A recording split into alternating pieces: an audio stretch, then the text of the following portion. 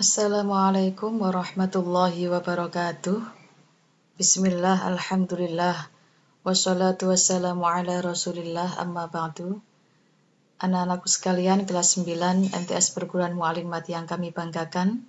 Alhamdulillah, kita bertemu kembali pada edisi daring yang ke-6 pada semester genap kali ini.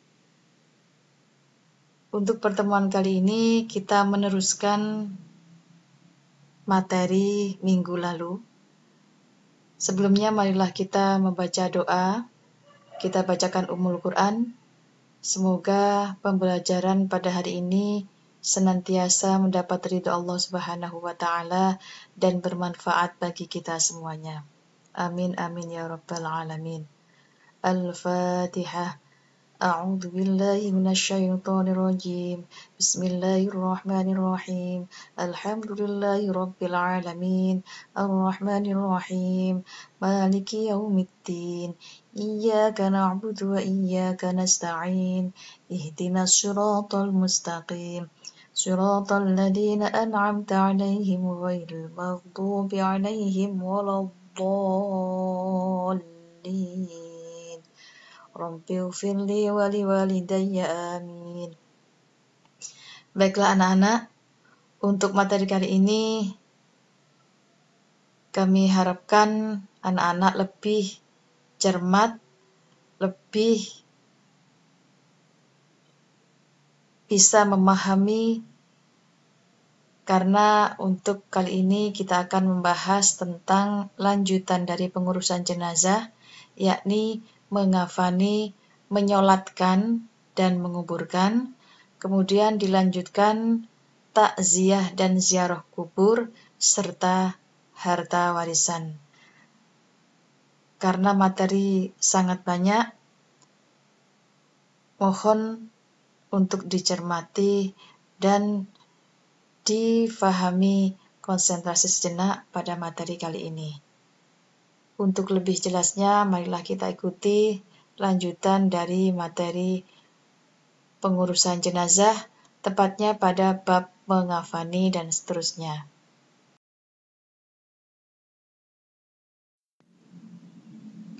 Mengafani jenazah. Mengafani jenazah adalah menutupi atau membungkus jenazah dengan sesuatu yang dapat menutupi tubuhnya walau hanya sehelai kain. Dalam mengafani jenazah, terdapat hal-hal yang disunnahkan, antara lain A. Kain yang digunakan hendaklah bagus, bersih, dianjurkan berwarna putih, diberi wangi-wangian dan menutupi seluruh tubuh. B. Jumlah kain kafan bagi laki-laki hendaklah 3 lapis, sedangkan perempuan 5 lapis, dan tidak berlebihan dalam mengafani jenazah. Berikut cara mengafani jenazah. 1. Bentangkan kain kafan dengan ditaburi wangi-wangian sehelai demi sehelai. Kemudian letakkan jenazah di atasnya dan tutuplah lubang-lubang dari anggota tubuh jenazah yang mungkin masih mengeluarkan kotoran dengan kapas. 2. Selimutkan kain kafan selembar demi selembar dengan cara yang lembut, kemudian ikatlah dengan tali 3 atau 5 ikatan, kemudian lepaskan ikatan setelah dibaringkan di liang lahat.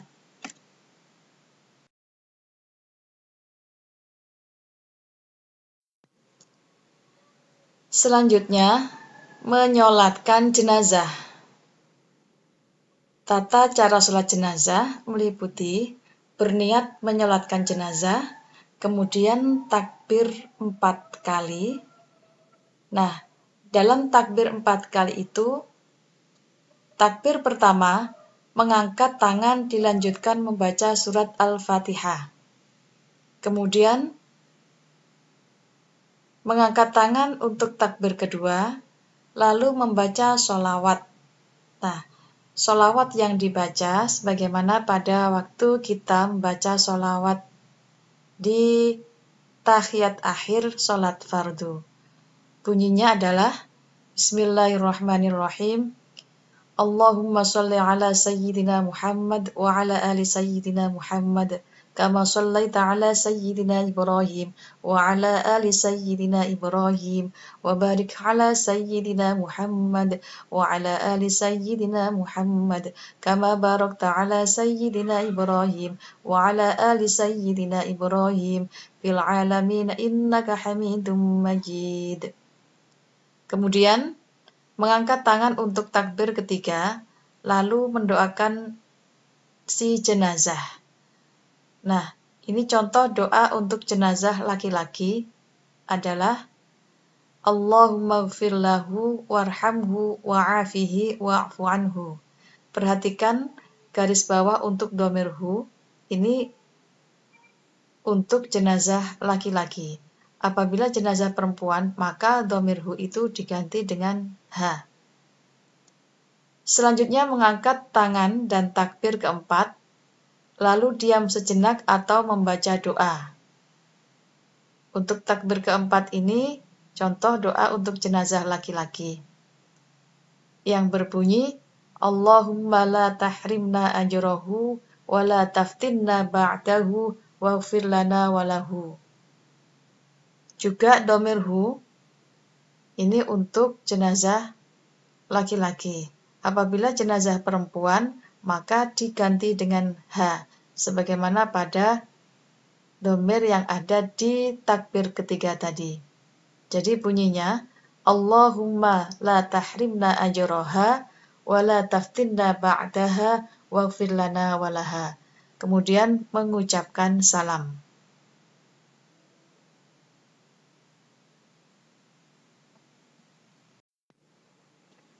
Kita berlanjut pada pengurusan jenazah yang keempat, yakni menguburkan jenazah. Sebelum penguburan jenazah, lubang kubur dipersiapkan terlebih dahulu dengan kedalaman minimal 2 meter agar bau tubuh yang membusuk tidak tercium ke atas dan untuk menjaga kehormatannya sebagai manusia. Selanjutnya, secara perlahan jenazah dimasukkan ke dalam kubur, ditempatkan pada lubang lahat dengan dimiringkan ke arah kiblat. Nah, pada saat meletakkan jenazah di liang lahat, kita dianjurkan untuk membaca Bismillahi wa ala millati Rasulillah. Selanjutnya, tali pengikat jenazah bagian kepala dan kaki dibuka agar menyentuh tanah langsung dan sebaiknya diberi ganjalan dengan bulatan tanah.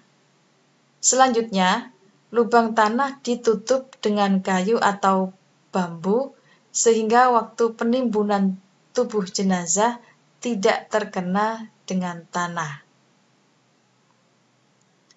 Adapun larangan yang berhubungan dengan penguburan jenazah antara lain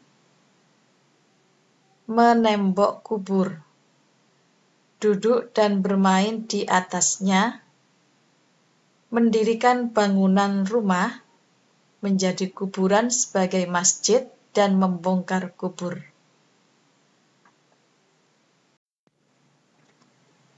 Setelah pengurusan jenazah, kita lanjut pada materi tentang takziah. Takziah adalah mengunjungi keluarga yang meninggal dan menghiburnya dengan menganjurkan supaya mereka bersabar terhadap takdir Allah dan mengharapkan pahala darinya. Waktu takziah dimulai ketika terjadinya kematian, baik sebelum dan setelah mayat dikubur, sehingga hilang dan terlupakan kesedihan mereka. Takziah kepada keluarga mayit adalah sunnah. Adapun adab atau cara yang baik dalam bertakziah yang diajarkan oleh Rasulullah Shallallahu Alaihi Wasallam antara lain: A. Orang yang mendengar musibah kematian hendaknya mengucapkan Inna lillahi wa inna ilaihi roji'un, yang artinya sesungguhnya kami adalah milik Allah dan kepadanya kami akan kembali. B. Memakai pakaian yang sopan dan menjaga sikap dengan tidak tertawa dan berbicara keras. C. Disunahkan untuk membuat makanan bagi keluarga mayit. D. Tidak diperbolehkan mencela orang yang sudah meninggal dunia. Adapun hikmah takziah: A. Menumbuhkan dan meningkatkan diri untuk bertobat dan beramal soleh serta mempertebal keimanan. B. Terciptanya hubungan silaturahmi yang lebih erat antara pentakziah dan keluarga mayit, kemudian menjadi terhibur dan dapat mengurangi beban kesedihan yang berkepanjangan bagi yang terkena musibah. Demikian yang secara ringkas tentang takziah. Selanjutnya, kita akan membahas tentang ziarah kubur. Ziarah kubur adalah mengunjungi kuburan orang Islam, baik yang masih ada hubungan keluarga maupun yang bukan. Hal ini bermaksud untuk mengambil pelajaran yang terkait dengan kematian dan kehidupan akhirat dan mendoakannya supaya dosa-dosa mereka diampuni oleh Allah Subhanahu wa Ta'ala.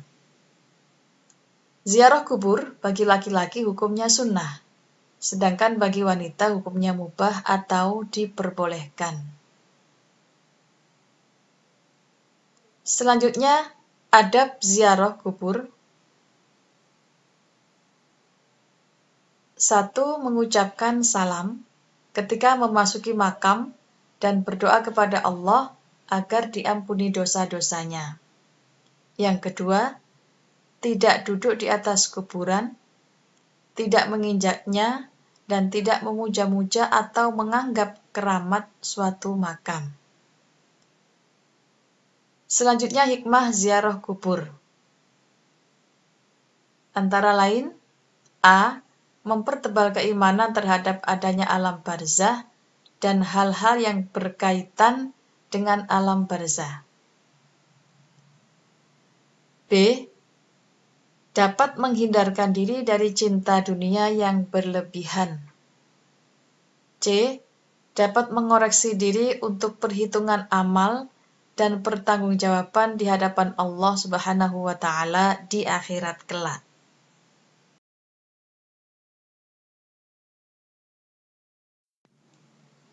Selanjutnya, kita akan membahas tentang harta waris dan pembagiannya. Terlebih dahulu, marilah kita simak bersama pengertian harta warisan, harta waris, dan ilmu waris.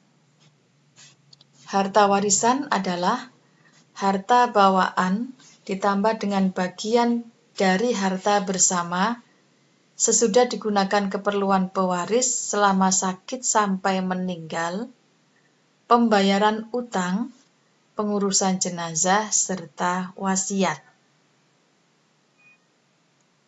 Harta waris adalah harta yang diwariskan kepada ahli waris. Kemudian, ilmu waris adalah ilmu yang membahas tentang cara pembagian harta warisan yang telah ditentukan oleh Al-Quran dan Al-Hadis. Ilmu waris disebut juga dengan ilmu faraid. Istilah-istilah yang ada dalam ilmu waris dan sering digunakan adalah sebagai berikut. A. Muwaris ialah orang yang meninggal dunia atau orang yang meninggalkan harta. B. Waris adalah orang yang berhak menerima harta peninggalan. C. Miros adalah harta yang ditinggalkan oleh muwaris yang akan dibagikan kepada ahli waris. Disebut juga maurus.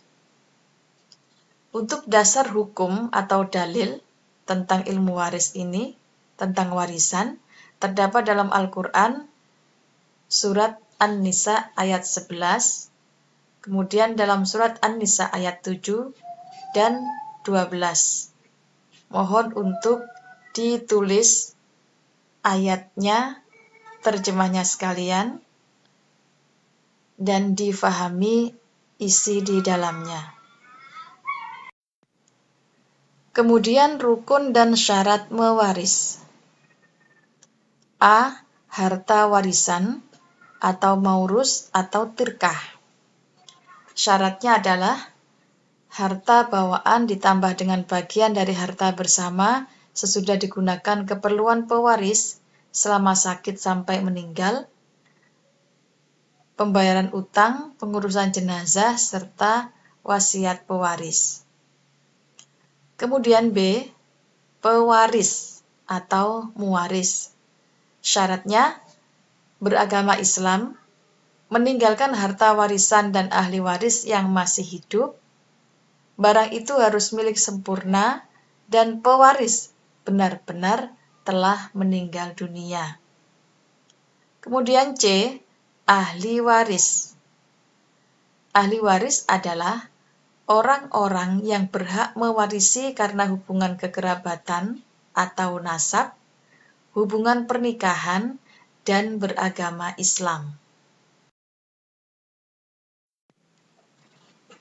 Sebab-sebab menerima dan tidak menerima harta waris.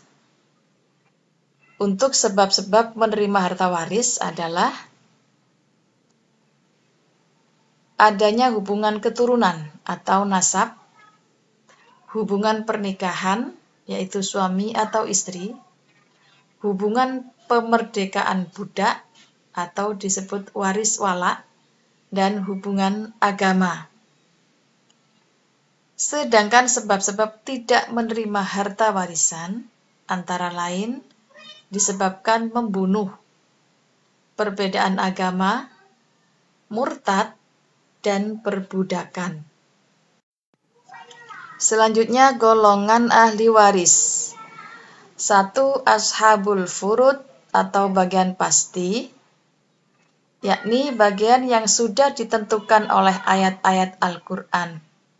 Bagian yang sudah ditentukan adalah 1/2, 1/3, 1/4, 1/8, 2/3, dan 1/6. Ahli waris laki-laki atau ashabul furud berjumlah 15 macam, yaitu anak laki-laki, cucu laki-laki dari anak laki-laki dan seterusnya ke bawah, bapak, kakek dari bapak dan seterusnya ke atas, saudara laki-laki sekandung, saudara laki-laki sebapak, saudara laki-laki seibu, anak laki-laki dari saudara laki-laki sekandung, anak laki-laki dari saudara laki-laki sebapak, dan sebagainya. Kemudian ahli waris perempuan atau ashabul furud dari pihak perempuan berjumlah 10 macam, yaitu anak perempuan, cucu perempuan dari anak laki-laki dan seterusnya ke bawah, ibu, ibu dari bapak, ibu dari ibu, saudara perempuan sekandung, saudara perempuan sebapak, saudara perempuan seibu, istri, orang perempuan yang memerdekakan budak. Maaf, orang perempuan yang memerdekakan mayat, yang waktu itu statusnya sebagai budak. Kemudian asobah. Dalam bahasa Arab, kata asobah berarti kerabat seseorang dari pihak bapak, sedangkan menurut istilah ahli fikih, asobah adalah ahli waris yang tidak disebutkan banyaknya bagian di dalam Al-Quran dan As-Sunnah dengan tegas. Sebagai contoh, anak laki-laki, cucu laki-laki keturunan anak laki-laki, saudara kandung laki-laki dan saudara laki-laki seayah, dan paman, yakni saudara kandung ayah. Kekerabatan mereka sangat kuat dikarenakan berasal dari pihak ayah. Asobah bisa disebut juga dengan bagian sisa. Hikmah waris antara lain: 1. Kewajiban dan hak keluarga mayit teratur dan dihormati. 2. Menghindari perselisihan antar ahli waris atau keluarga mayit yang ditinggalkan. 3. Menjaga silaturahmi keluarga dari ancaman perpecahan yang disebabkan harta warisan, serta memberikan rasa aman dan adil. 4. Terjaganya harta warisan hingga sampai kepada individu yang berhak menerima harta warisan. Dan yang kelima, memberikan legalitas atas kepemilikan harta warisan.